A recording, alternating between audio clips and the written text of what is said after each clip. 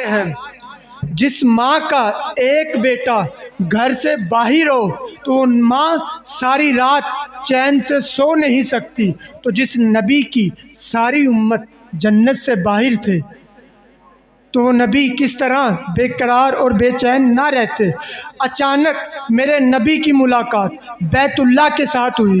کس کے ساتھ ہوئی؟ ایک طرف بیت اللہ ہے، ایک طرف رسول اللہ ہے، ایک طرف خانہ کعبہ ہے، ایک طرف خانہ کعبہ کا کعبہ ہے، یعنی یوں کہہ لیجئے ایک طرف کعبہ ہے اور ایک طرف کعبے کا کعبہ ہے۔ آپ پریشان ہو گئے، آپ کی سبحان اللہ بتا رہی ہے کہ آپ اس جملے کو سمجھے نہیں ہیں۔ قبلہ کیا ہے؟ قبلہ توجہ مصطفیٰ ہے، یہ میری نبی کی نگاہ نے اس کو قبلہ بنایا ہے۔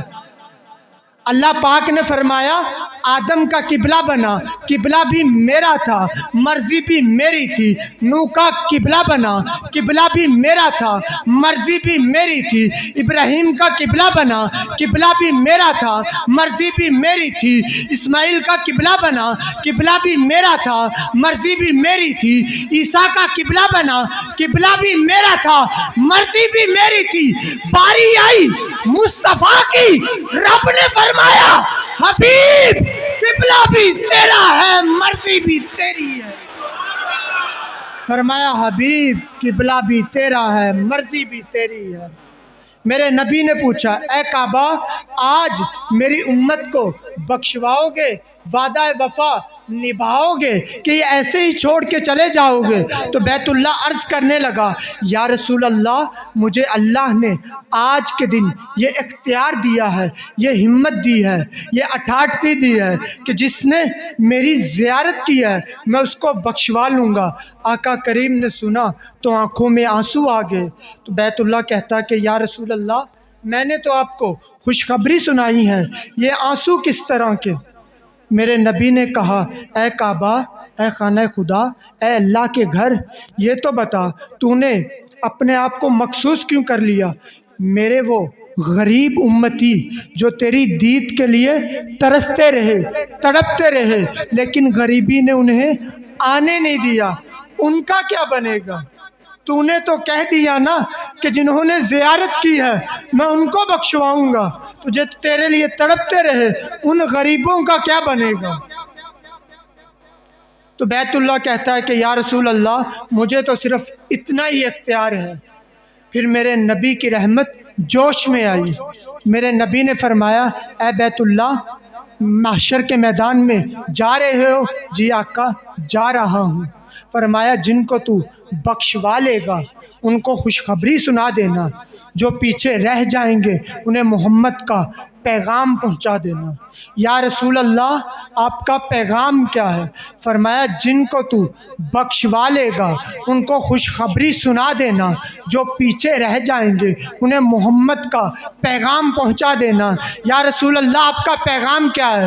فرمایا انہیں کہنا غریبوں پریشان نہیں ہونا، اللہ نے کعبے کو آج یہ اٹھاٹھی دی ہے کہ جس نے اس کی زیارت کی ہے کعبہ اس کو بخشوائے گا، اور محمد کو اللہ نے یہ اٹھاٹھی دی ہے کہ جس نے محمد سے محبت کی ہے محمد اس کو بخشوائے گا۔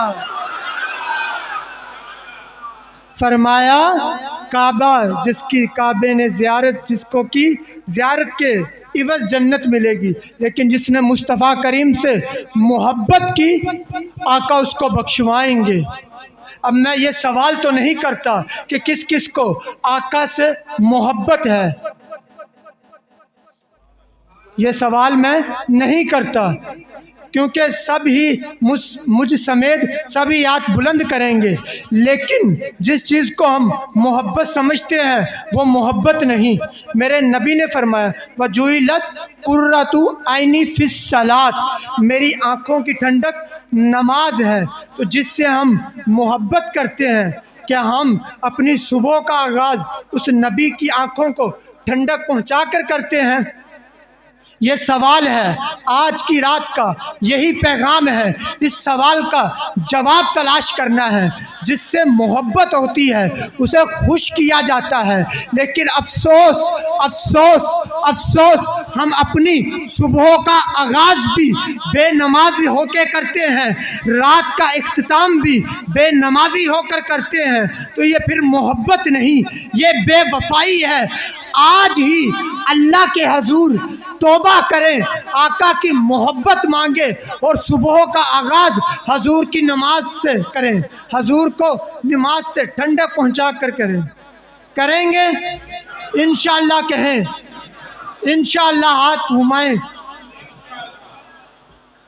آقا سے، کیونکہ گر جنت میں جانے کا ارادہ ہے کمامی کا، گلے میں ڈال لو پٹا محمد کی غلامی کا۔ محمد کی محبت ہوگی تو سب کچھ ہوگا، اگر محمد کی محبت نہیں تو کچھ نہیں۔ نماز کی ویسے تو بہت زیادہ احادیثیں ہیں، اس کے فضائل میں بھی، نہ پڑھنے والوں کے لیے اس کی سزا بھی ہے، لیکن ساری چیزیں ایک طرف، ان کا ہم انکار نہیں کرتے، لیکن اگر ہم نماز پڑھتے ہیں تو ہمارے آقا خوش ہوتے ہیں۔ کون خوش ہوتے ہیں؟ جنہوں نے ہمیں ہر لمحے یاد رکھا، اور ہم کیا ان کے لیے صبح کی نماز میں 5 سے 10 منٹ نہیں دے سکتے؟ یہ آج آپ نے سوچنا ہے۔ اگر آپ حضور سے محبت رکھتے ہیں، یقیناً رکھتے ہیں، لیکن اس چیز کا پتہ نہیں ہے کہ محبت ہے کیا۔ محبت یہی ہے کہ جو اسے پسند وہ ہمیں پسند ہونا چاہیے۔ وما علینا الا البلاغ المبین۔